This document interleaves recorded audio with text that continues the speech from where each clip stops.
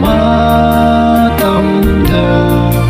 một thong ngữ mà có mê Jerusalem không đau xin đã tay khắp bê Hallelujah thân à ô ngân lá phu mạo nghề giờ còn ai có hồng ý mà xì lo lần hầu nơi một thong ngữ mà có mê Jerusalem không đau lại không đau hầu dù nó nở phi nở nghi lờ hai bên trái các ngôn nó phun la nghi nà ra căn vi la phá không uro la mơ tâm vào hai bên trái các mê Jerusalem không đau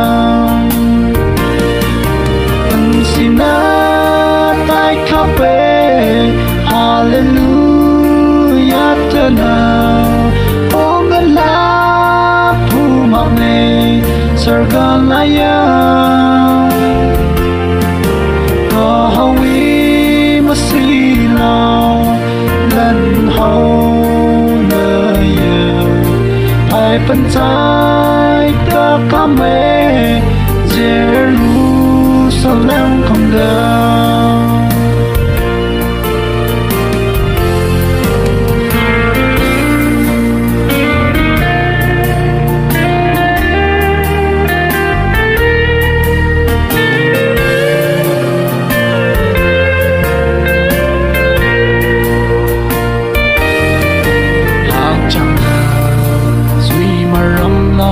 lất ngang đi ra bây và sâu tâm ước mơ rơ đà mà nhé đi từ lá mà tâm đà sông ngã tim điều về học vui lại không nhá nhớ chúc mà kê ai nơ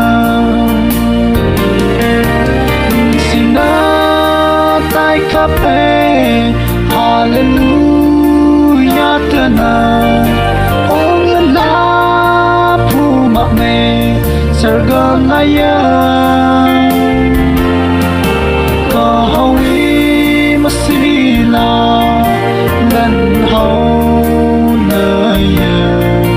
một thong ngữ mà có mê Jerusalem không đau xin đã tay khắp bê Hallelujah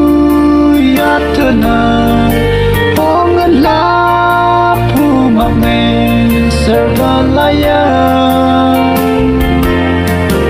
có hồng ý mà xì lo lần hầu nơi hai bên trái có mê Jerusalem không đau một thong ngữ mà có mê Jerusalem không đau